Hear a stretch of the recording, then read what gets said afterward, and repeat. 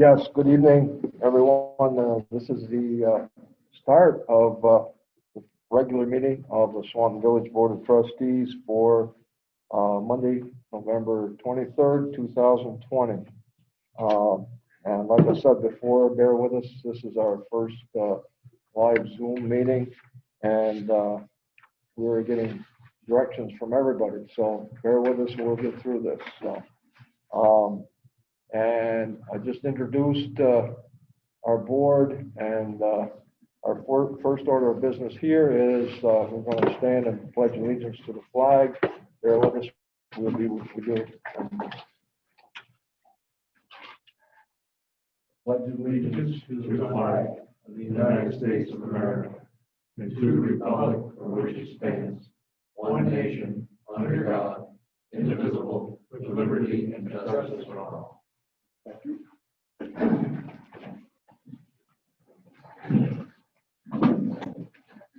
Okay, the next item on our agenda is agenda review, which we have a few things on that I know of. I don't think Joey's going to be here for his report. And I just have to add an executive session for real estate. Okay, so the Swanton PD won't have an update tonight, and we're going to have an executive session for real estate. Anything else? If not, we can do away with item number 4, public comment, seeing as though we don't have any comment of public here. But is there anybody who would like to say anything on the screen? Elizabeth? No? Okay. Thank you. Okay. Next item on our agenda this evening is to approve and accept the minutes from Monday, November 9th, 2020. Have a copy of those in our packets. What's your pleasure?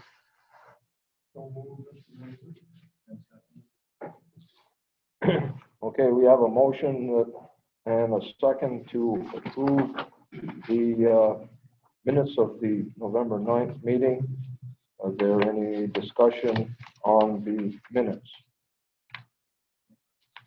If not, all those in favor of the motion to approve and accept the minutes signify by saying aye. Aye. Those opposed, there's no opposition, so the motion is carried.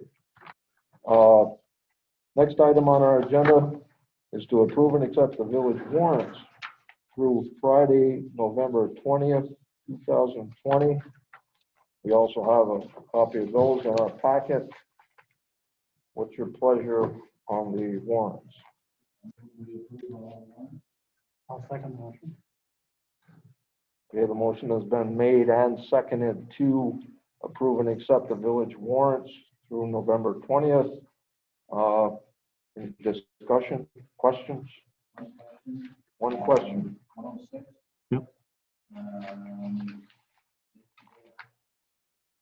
82089 Swanton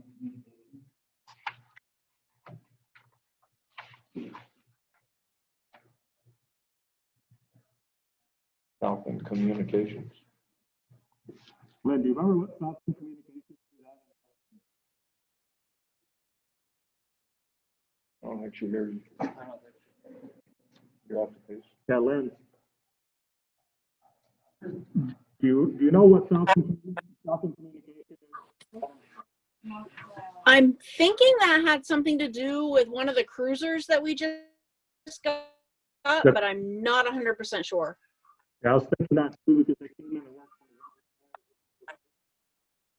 That was 4,800. That's probably what it is. Okay. Thank you. Any other questions? Yeah, I also wondered about two above that. Environment. Wind River Environmental. That's the septic service that took over from Drumac and Highgate. They did do something up at the treatment plant. Yeah. So Chris Lee asked what Wind River Environmental is, and that's the company that back out, hydro, that disappeared. Okay, so it's nothing to do with electricity stuff. No, Okay, thank you. we are looking at seeing if we can put in the depth on our vector to do it ourselves. Cool. Okay, any other questions on the warrants? If not, all those in favor of the motion to approve and accept the warrants signify by saying aye. Those opposed, motion is carried. Item number 7 on our agenda this evening is Sean Coleman from the Northwest Regional Planning. He's going to give us an update on joining Northwest Communications Union District. That's a new entity that was recently started. Hi, Sean, how are you? Good. How is everybody? Good. Nice to see everybody. Long time no see. Yes. I'm here tonight to talk about the recently formed Northwest Communications Union District. I'm here to tell you, give you a little bit of the background about the formation and also the role that Northwest Regional Planning Commission has played thus far with the group. And also Sean Kayo, who is the chair of the Communications Union District, is here tonight as well, who can sort of answer any questions and talk about some of the nuts and bolts and engineering and just sort of the thoughts behind the newly formed district. So a few years ago, back in 2018, the state legislature had given municipalities in Vermont the opportunity to, in state statute, with the ability to have 2 or more municipalities vote to form a communications union district. The purpose of the district was to try to promote, I think at its core is to try to promote and enhance connectivity for communities within the district or among municipalities. It's to increase broadband coverage, improve upon what services might already exist, and just try to hit some of the unserved and underserved populations in the state. Prior to COVID-19, for a community to form and join a district, they had to do it during town meeting, and it was kind of a vote that was made during a town meeting whether or not the community voted to join or not. Since COVID-19, the legislature has enabled municipalities to take action during their governing board meetings, so like the trustees meeting or select board meeting or what have you. So back in August, Northwest Regional Planning Commission, this all kind of was like the perfect storm. Northwest Regional Planning Commission was approached by a couple communities, Enosburg Town, Fairfax, Montgomery, as well as the State Public Service District, to see if we would help those municipalities form a communications union district. At the time, the Northwest region was the only area that where the municipalities hadn't formed a district yet. Prior to us forming, I think Lamoille County was the last county or region where the municipalities got together, and not all municipalities, I think, voted to join, but many of them did. So we took it before our Board of Commissioners. Our Board of Commissioners thought it was a good idea. And so lo and behold, Enosburg and Fairfax, on one fateful night back in August, they both voted during their select board meetings to join. That same night, Enosburg and Fairfax voted to form the district. And that same night, Montgomery voted to join as well. Since then, we've had 9 other towns in the region joined for 12 towns total. So we have Enosburg, Fairfax, Montgomery, Georgia, Alburg, Fairfield, Berkshire, Richford, Enosburg Town, Highgate, Bakersfield, and Sheldon. I think I said Alberg, I can't remember. So they've all since joined the district. Each of those municipalities they send one representative or they appoint one representative and one alternate to the district, and they serve, as the liaison from the community to the Communications Union District. The Communications Union District is a unit of local government. And, one of the things that municipalities always ask first and foremost is, what's the cost? What is it going to be, like a solid waste district? Is there going to be an assessment fee annually, or is there going to be a tax? And actually written in statute, there is, it's actually in Title 30, and I'll read it to you, under Title 30, Chapter 82, which is the Communications Union Districts chapter, under Section 3056. It says, notwithstanding any grant of authority in this chapter to the contrary, a district shall not accept funds generated by a member's taxing or assessment power. Additionally, any grant of authority in this chapter to the contrary, a district shall not have the power to levy, assess, apportion, or collect any tax upon property within the district, nor any of its members, without specific authorization of the General Assembly. So the whole idea and the whole concept of the district is not to burden a local tax base. Any infrastructure or any equipment or staff or anything that the district, such like the solid waste district, that the Communications Union District eventually builds upon, any resources that they build upon becomes property of the district itself. Since the formation of the district, what regional planning has helped them do is to develop a set of bylaws, a conflict of interest policy. We're working on a procurement policy. We just recently at the last meeting, we entered into an administrative services agreement where we're going to continue to provide some administrative support with grant writing, helping form, do the normal things that we do, like with the Transportation Advisory Committee and the Local Emergency Planning Committee and everything else, where we're just providing that staff support to the district. They've formed a few subcommittees. Unfortunately, we haven't been able to get a lot of members interested in we have there's probably like 4 or 5 people currently right now that are doing all the work on behalf of the district. So we're hoping to get more, and again, it's because everything is new, so we're trying to get more people involved. They've launched a website. Sean has designed a website at nwcud.com. They've developed a survey to kind of find out whether people are happy with their current internet service that they have, their internet service provider, and the speeds, and whether or not they'd be willing to switch if sometime down the road anything could happen. Northwest Regional Planning Commission also is eligible to support. The funding was to the regional planning in support of the Communications Union District in applying for a $60,000 feasibility and planning study grant for helping develop broadband coverage in the region. We just went under contract with Matrix Design Group.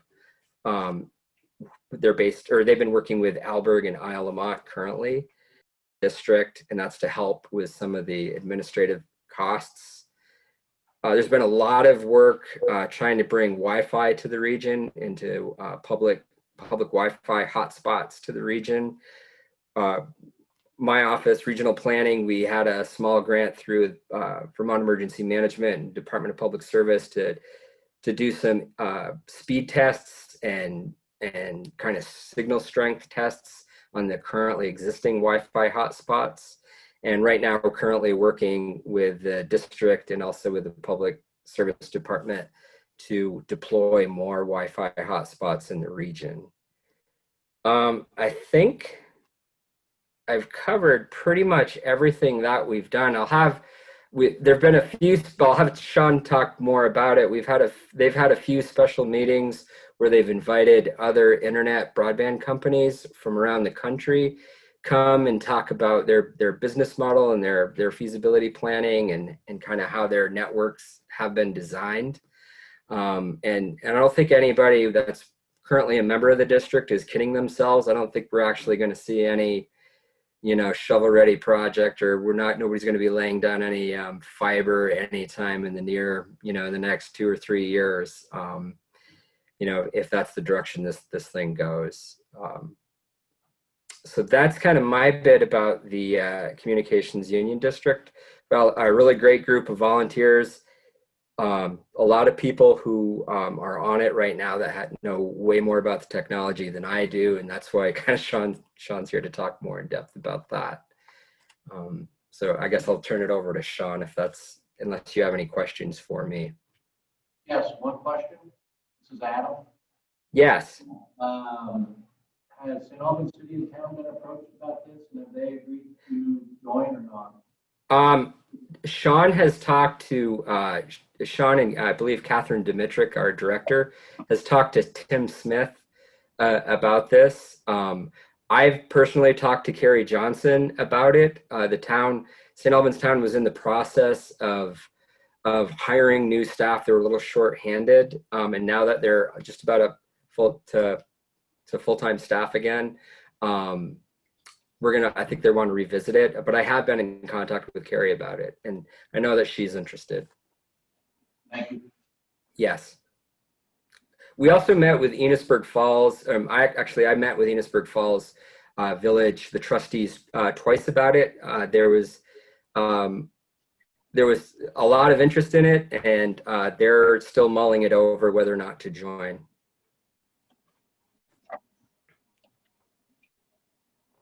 So any other questions? Any other questions? Oh, Okay, I guess I'll turn it over to Sean, the other Sean. yes, Sean. Good evening, everyone.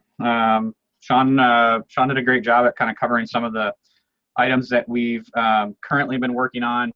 One of the items that was maybe left out is we additionally received some funding directly from the state. One of the big benefits of the CUD, which we were encouraged to create the CUD, was that there is funding specific for CUD entities through the state. So that was one of the pushes to create the CUD at the beginning. So we did receive some funding from the state as well, the Public Service Department.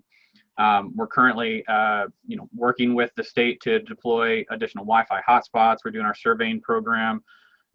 There's some other thoughts and ideas. Of course, it's the funds is attached to the CARES Act, so we're running out of time to use those funds. But there's some programs and other initiatives that we're currently working on.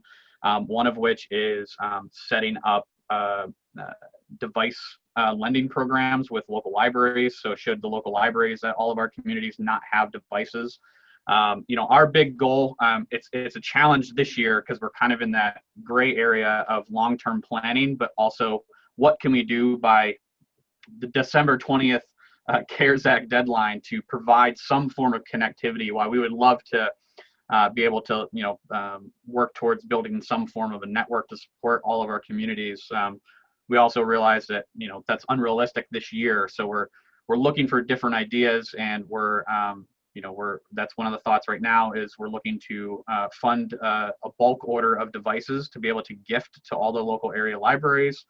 So the libraries have devices. So should there be homes or residents that do not have connectivity at home or a device at home, they could go to their local library and get one, as well as popping up the Wi-Fi hotspots. That's a short-term solution to a much larger problem, but it's something that we were able to accomplish in a relatively short time. So, but if you guys have any other questions, we're here to answer them.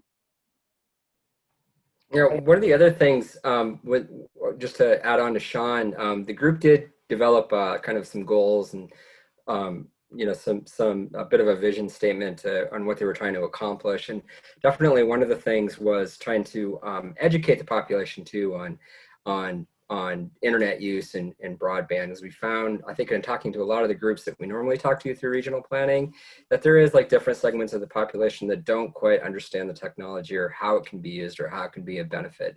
And especially now, I mean, especially now that we've gone back into, I guess, what would be, I don't know if this is classified as wave 2 or the second wave of COVID, but telework, teleeducation, and telehealth are huge. And to not have to drive, if you can have a visit with your doctor down in Burlington, down at UVM Medical Center, and not have to drive from Berkshire or Richford or wherever, you know, down to Burlington and do it over the internet, that is a huge win for broadband.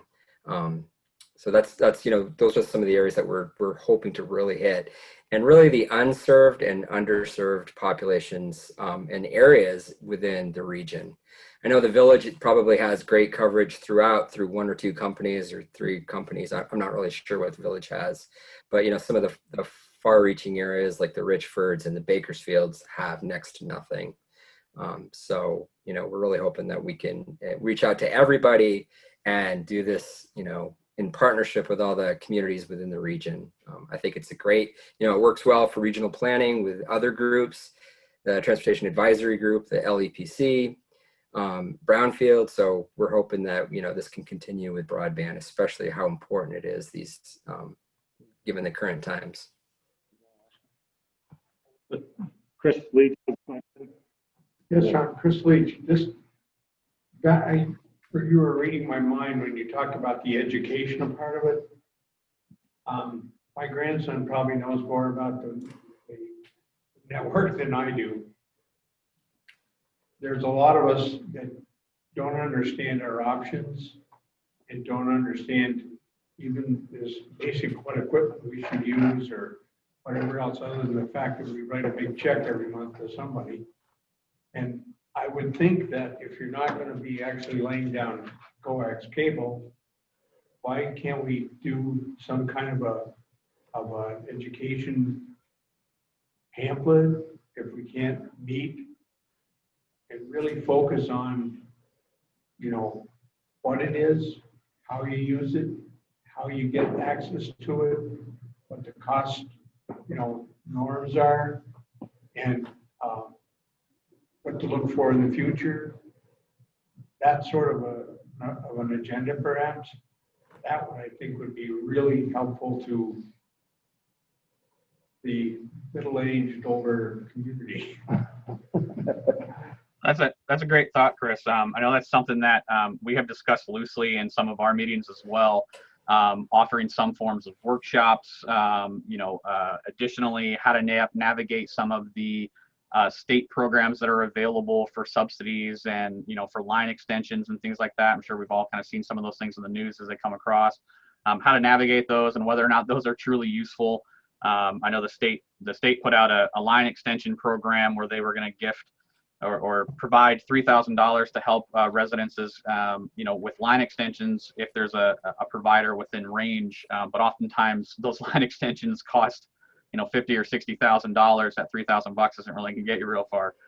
So that's something that, you know, it's good for folks to hear that they might have some sticker shock. We've had quite a few calls of folks kind of just kind of asking, you know, is there a different way, or what are my options? So that's something that we're looking into doing as well. I will say our long-term goal is to establish and build an open access fiber network through the entire district. That's something that is we feel is important. Lane fiber, it's kind of a cliche, but it's future proof.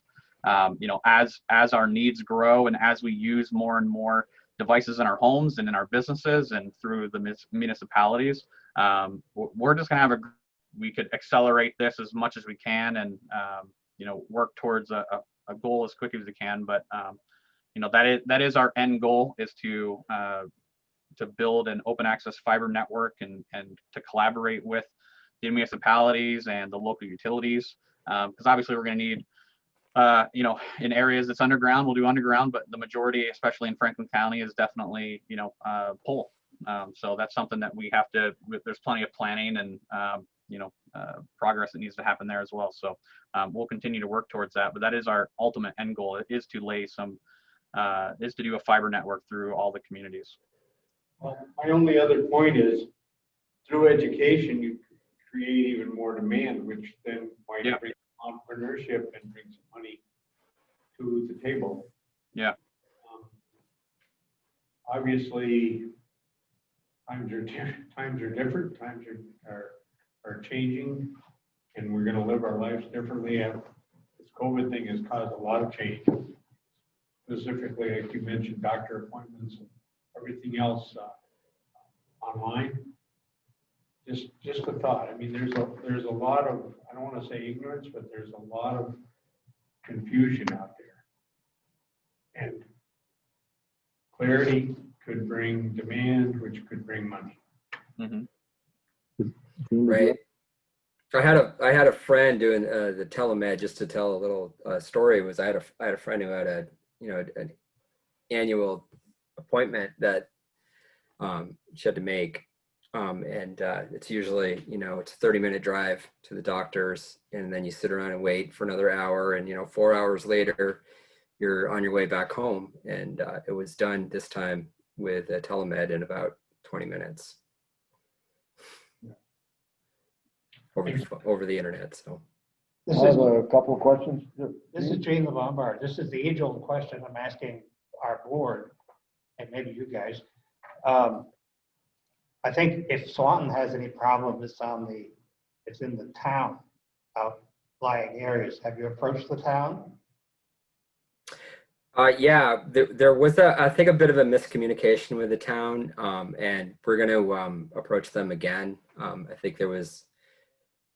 We just had a little bit of a miscommunication, but Sean and Sean. Yeah, it's Elizabeth. At the last meeting, they did talk about it, and okay. They've opted not to opt in at this point, but they would like me to go to some of the meetings, just kind of see what it's all about, and then bring back some education, because it is, Gene's right. It is the town that I think has the gaps. Yeah, So, it's likely very similar to the story here in Enosburg. About a little over a year ago, I did a technology survey here in Enosburg, and very much we saw kind of a tale of two communities. We saw the village, which was very well supported, and they had providers of choice, and then the greater town struggled. And I'm sure that very much is the same. I mean, we have the state has done plenty of surveys and data collecting to identify all the different needs in all the different communities across all of Franklin County. It's kind of averaging out to around 15% of residences do not currently have, either are underserved or unserved. And then I have the number here for just Swanton. It's 165 are considered or underserved. So that's all of Swanton. There may be a handful of those that fall within the village, but you're right. It's very likely that the majority of those do fall within the town, because that's the story here in Enosburg as well. right. And I don't want to take over because I'm the town, but we had talked at that number, that you want to start with the unserved or underserved and then work toward those, providing choice and stuff. So I'm happy to, to represent the town kind of on a, just go to the meetings, come back to them, and then give them another opportunity, once they kind of see what's what. And part of our effort also is, collaborating with those existing providers and holding them accountable for what they say they're going to do, as well as, working with them. And, there's state programs that help subsidize some of their build out costs, and working with them and, saying, hey, these are priority areas that need to get built. These are areas that do not have access or are underserved currently by you. What can we do to fix this problem? That's part of this equation as well for us, is working with those existing providers and, trying to get them to provide services, because they can get it quicker done. They can get it much quicker done than we can. They have the existing resources and, existing network. It's just a matter of them, committing and getting them to do it. But in the meantime, we're planning long-term for a much better future. I had another question. It must be raising havoc with the school children too. learn from home. Yes. It's impossible. In some cases, they have to move to an area where they can get service. And I think this is necessary. Now, should we have, I asked the board this question, do we want someone to represent the village and someone to represent the town? Or do we revert back to the, the age-old question, which one comes first? But we brought that up at the last meeting, and, that's why Sean is back with Sean to discuss it. But, I mean, if you guys choose to have me join, I don't mind doing that. We don't know how much work it's going to be. Correct. I think it goes back to what Sean number one said for regional planning, having a hard time finding representatives from the municipalities, because like he said before, of all the committees that regional planning has, the same members of each community are on half a dozen different, well, not half a dozen, but 3, 4, it's not unusual to be on 3 or 4 different committees. And it's hard to represent your municipality on this 3 or 4. It strains the time frame. I know I can't get to as many committee meetings as I should be with regional planning. And that I see as a problem with this committee as well. I'll say one of the things, I'm sorry to interrupt, as far as the committee makeup go, initially, I think the majority of the people that are on the Communications Union District have never served in a government role capacity initially.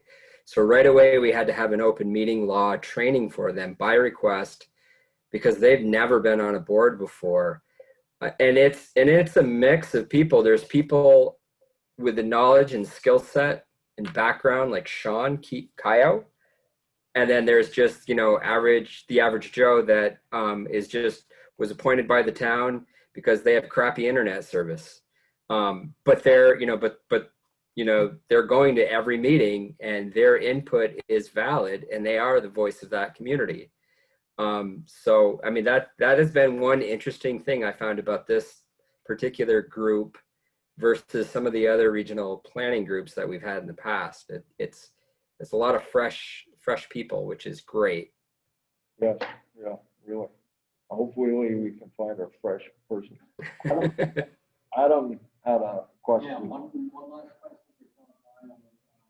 When you brought up the service providers, would this CUD encourage competitiveness and new providers to come into the communities? Because right now we have 1, 2, and number 1 is just about, in my opinion, a monopoly, and which causes higher prices. We've seen that with fuel in the past. Hopefully we don't again. But, that's a big concern of mine, is driving down the cost. If people are going to get on there, the cost has to come down. Yeah, I think I heard the question. Yeah, absolutely.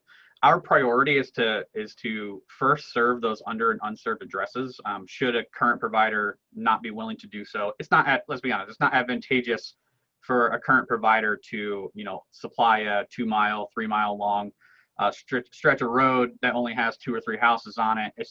It's not advantageous for them to build that out. It's not going to be profitable. They're not going to do it. No matter how much begging and pleading we do with them.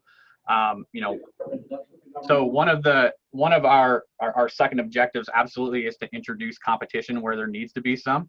The part of the reasons why we chose or why we feel strongly about an open fiber network is that's not locked out to one provider. Oftentimes you have as many as 3, 4, 5 different providers using the same network. That does 2 things. It increases the quality of service because they have to provide good quality service and good quality customer care, as well as it drives down the prices. We see models. It's not unheard of, but it is less common here on the east side of the country.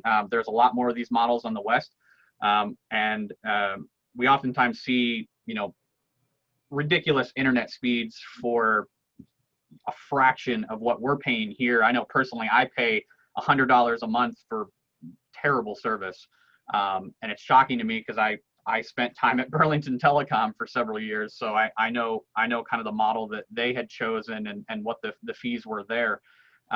So it's something that we're definitely interested in, and we want to work towards introducing competition where there currently is none.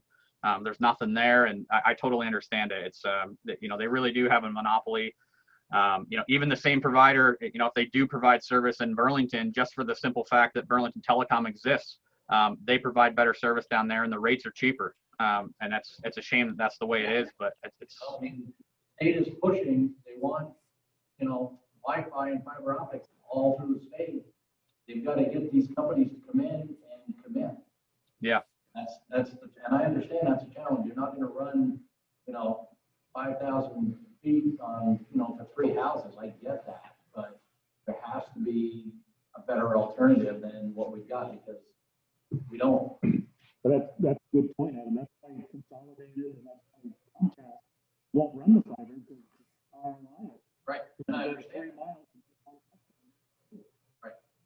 So that's the biggest problem that we're seeing right now with having this high-speed internet get brought across these underserved people. But again, there's no competition, and that's where that's going to be part of the game. You've got to have competition, otherwise, they're just not going to care. They're not going to care. The rates are going to go up, and we're going to be the ones to suffer. So Sean, this is Rand. Do you mind if I flip up your other comment? Good show. I can't hear you. Dale? Yeah, you work for Enosburg's economic development as well, correct? Yeah. I can't hear you. It's really muffled. We're having a hard time hearing it. There you go. Now, Sean, you're Enosburg's economic development person, correct? You're the economic development person. Yes. Okay. I don't know why the hell they can't hear me. Oh, it was on. Anyway, so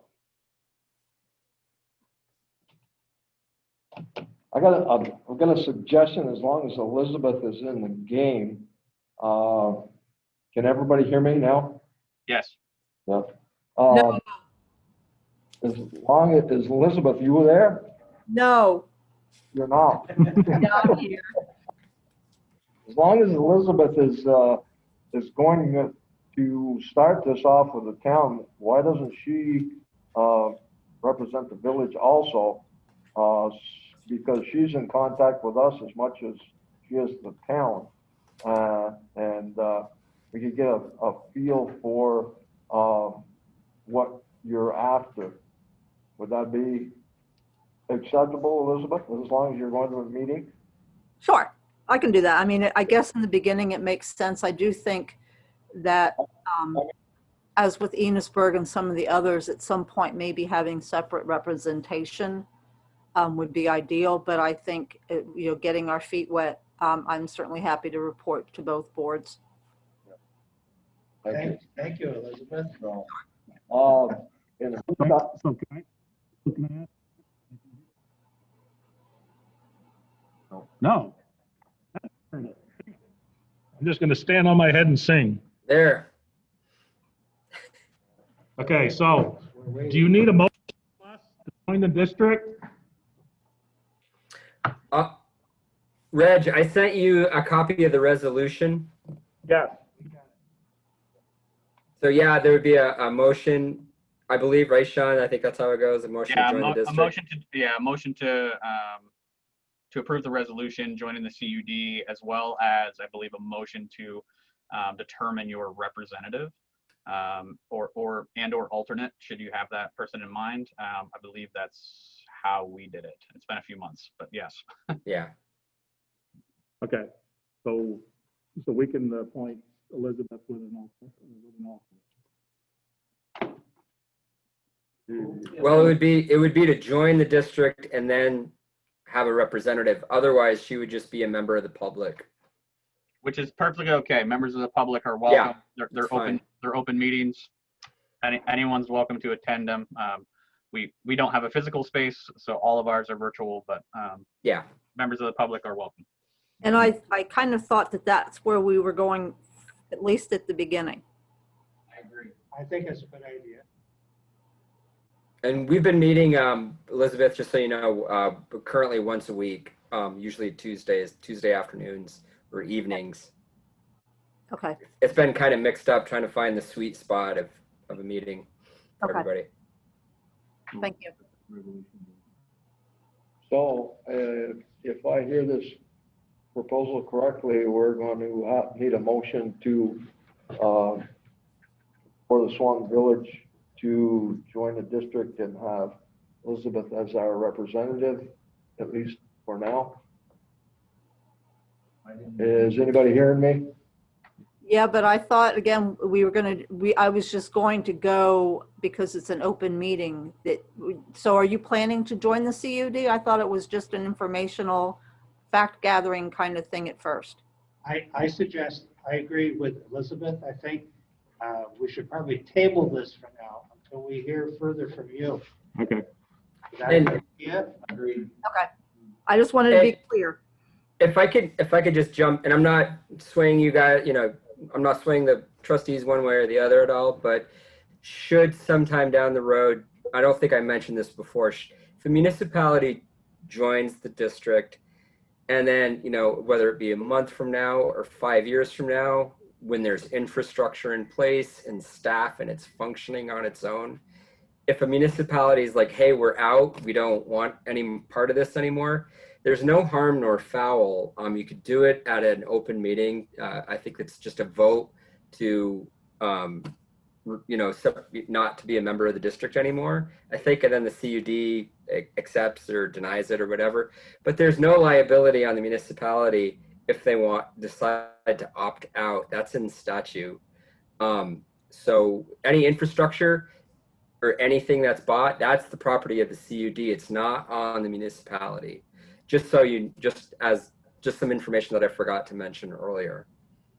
But I think also, we have Elizabeth go in 2, 3, 4 meetings, and we set a date for, January or after budget time, to say, okay, is it worth us getting involved and signing up? And then, talking with Elizabeth and finding somebody to do it. I would be fine with that. I want to know more about it. I would like to have her, just attend as a member at large. Come back, provide us with information for, a couple months, and, let us make the decision from there.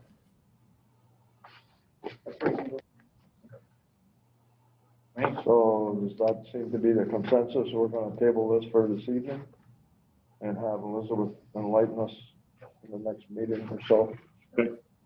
Would be that what we're headed, where we're headed tonight? I also would like to make a comment, since this is being recorded. Perhaps there's somebody out there in the public who has a real keen interest in this sort of thing, and they may come forward. Yes, really. And that would be very helpful, because I know there's a lot of young people out there that want to do things. Yeah. So come on, show yourselves. Yeah, good point. We need more participation from the public, so, but yes, good point. So I think that's we're set for this evening. And I thank you both for your presentation, and I look forward to working with you in the near future. So, okay. Thank you. Sean, NRPC, Sean, I believe you Yes. have contact information. If not, Enosburg, Sean does.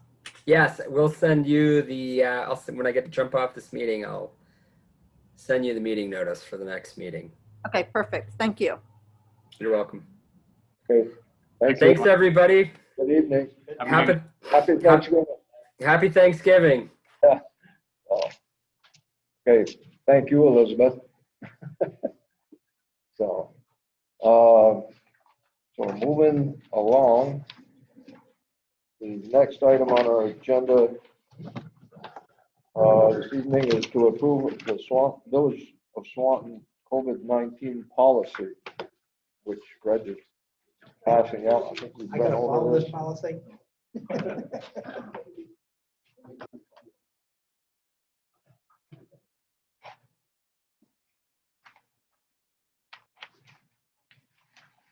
This is, seems to be changing about a week. Yeah. Well, I think COVID changed by the day. Yeah, That's, so, so you folks, today, or, yes, An older one. okay. Has it changed? The only thing that I changed, or that was changed today, was the first page in italic, or bold rather, I see it.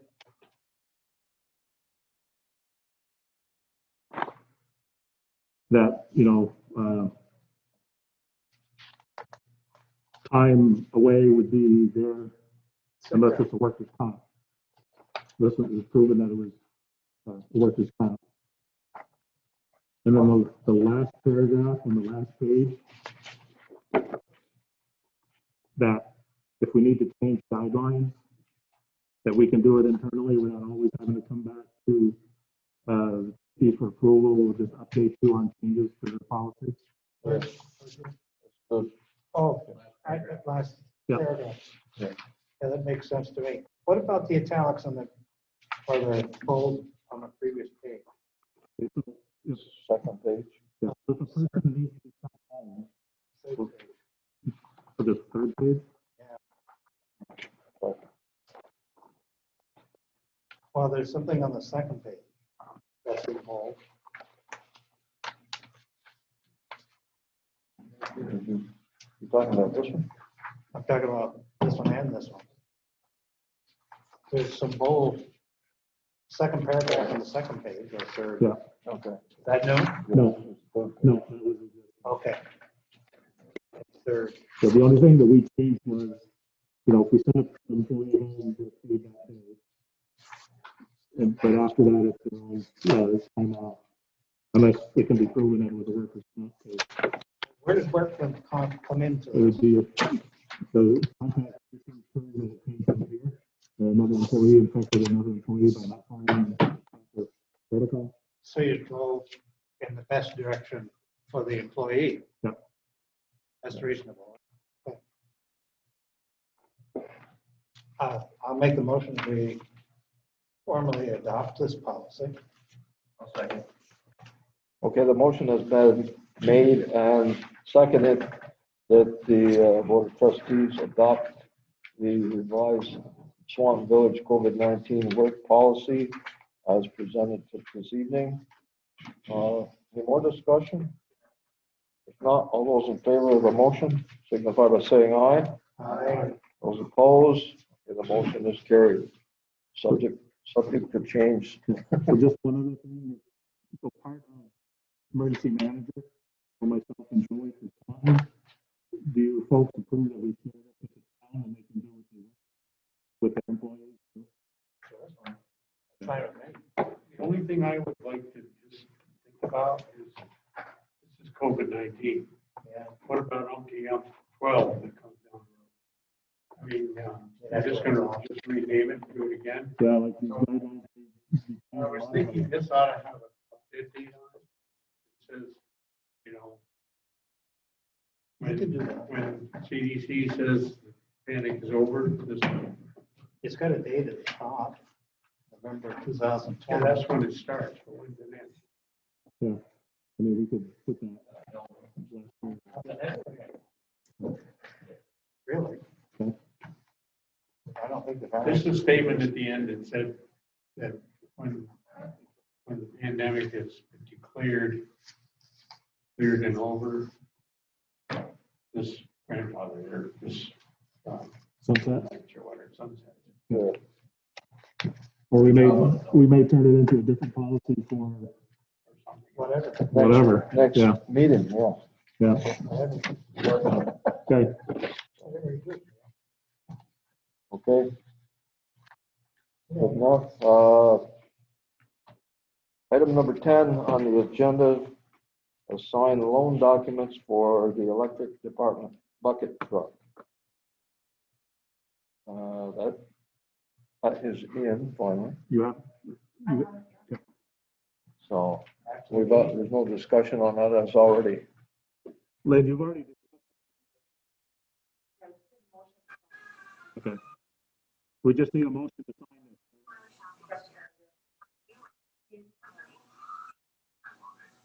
Authorizing the Reggie or Neil as a duly authorized agent. Okay, repeat that for her. If you can hear that. So I'll make they the need to motion. appoint either Neil or Reg, right, Lynn, to, as duly authorized agent? So, to sign the bid letter, either Reggie or Neil need to sign that. And then, the rest of the documents are just a normal loan document where it'd be the majority of the trustees, just like it is always. So all of them would sign that, but the bid letter needs to be one person specific. Okay. I would make that motion. Okay. We'll That form the paperwork for the new electric bucket truck, and then we authorize the village manager to sign appropriately. Okay, the motion has been made and seconded to have Reg sign the main agreement for the bucket truck, and the trustees will sign the rest of the loan agreements. Motion been made and seconded. Any more discussion? No? All those in favor of the motion signify by saying aye. Aye. Those opposed, motion is carried. So we can sign the document. Any idea when the truck would be here? Yeah, I think they're supposed to be going down, I think, next month to do or they're gonna do a Zoom inspection. It's almost like, what, almost 2 years out? Yeah, must be. So, 2 years delayed? That's something. yeah, it's about time. So, okay, It's a 2021 truck. It's gonna be a 19. I think actually, The truck's a 2020. Okay. We ordered it. It should have been here this spring. It should be here before the first of the year. So it's delayed. It was delayed probably 8-9 months. okay, good, good. yeah, for almost 2 years. Okay.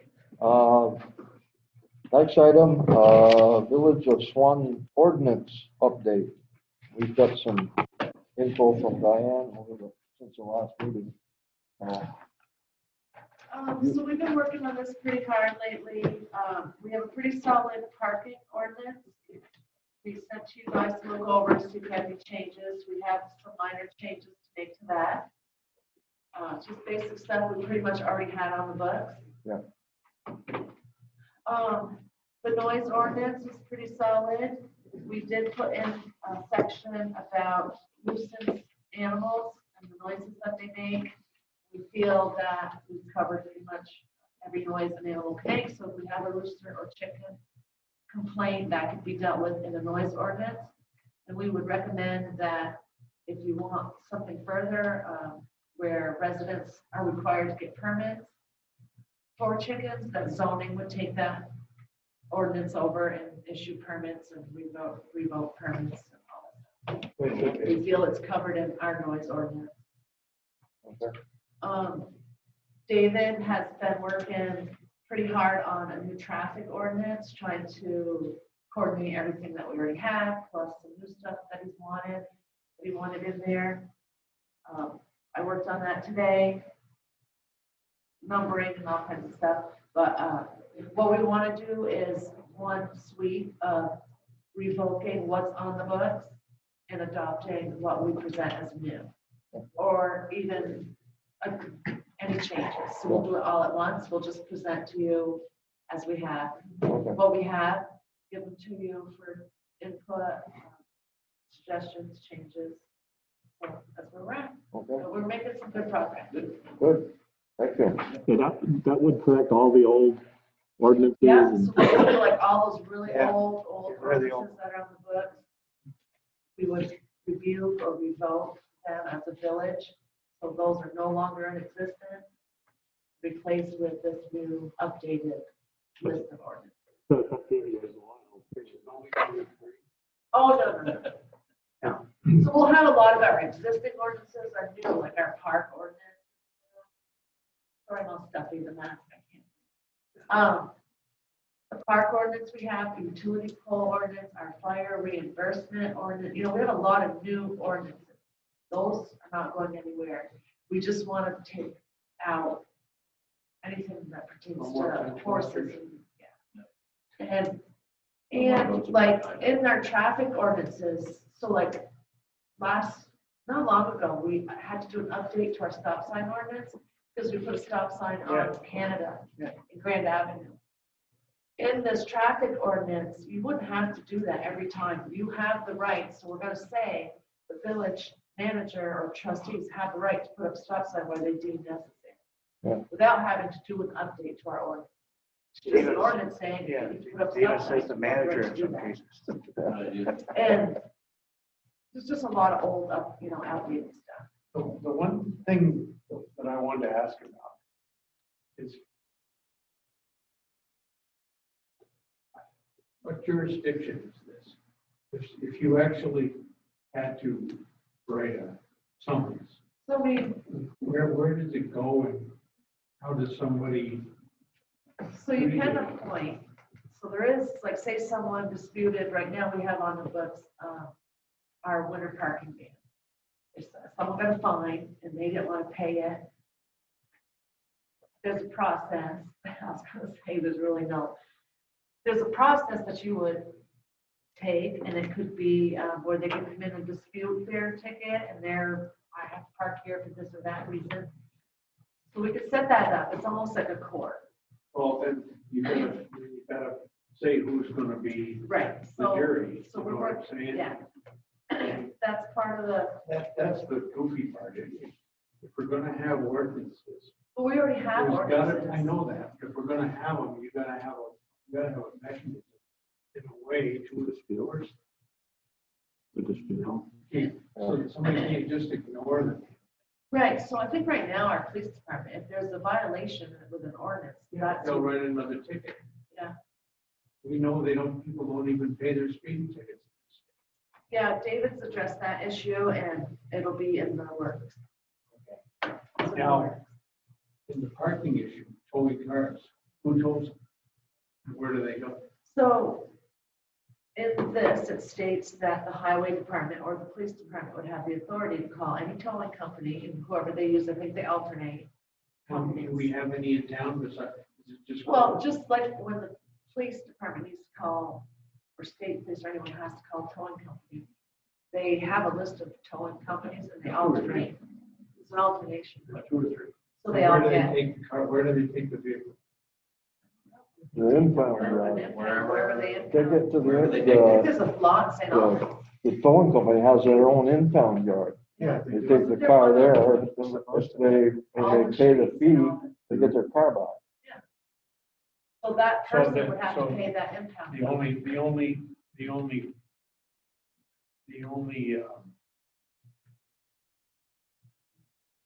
how do I want to say this? The only penalty is paying the fee to get your car back. We don't get, the village doesn't get anything out of it. No, there would be a violation fine. Yeah, Yeah, there would be a Yeah. violation fine. It'd be both. They get a ticket for that, and then if they want their car back, they have to go deal with. Yeah, The towing they company can and go the pay impound. towing company. But what if they don't pay us? they don't That's where get you their car gotta deal with back. that. They don't get the car back. Yeah, They don't get their car back because they don't pay the fine and the fee, I don't think it works that way. you know?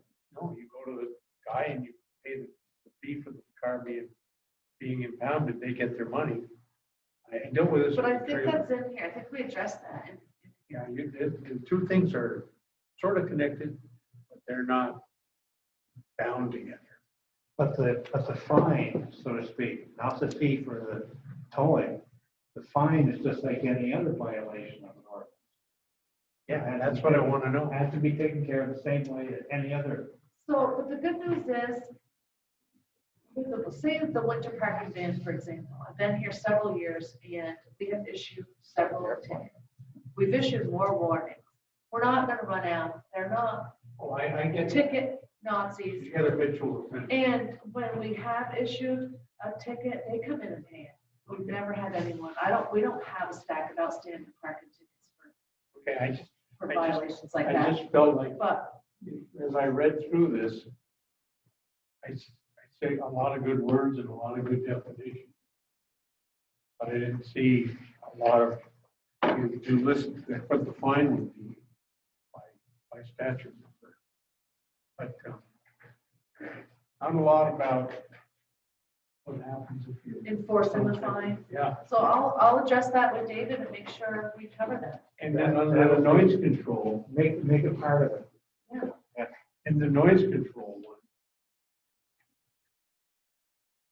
Noise happens and it goes away. How do you prove it happened? Oh, boy. I know you said in there you try to address it by talking about the gunshot evidence and somebody says they heard it. That's good enough. I wonder if it really is.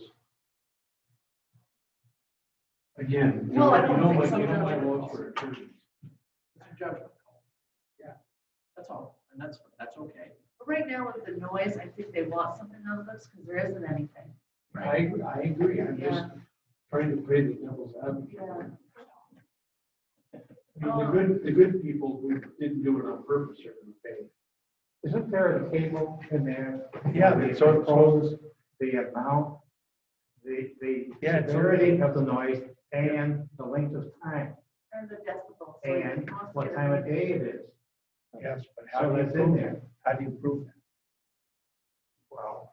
So the say my officer- neighbor was the playing officer really has loud to- music. Hire one of the really lawyers loud, you like. Would have to come in. You hire one of the lawyers you like to go and prove it. They're going to hire a lawyer. That's why a lot of these things are too long.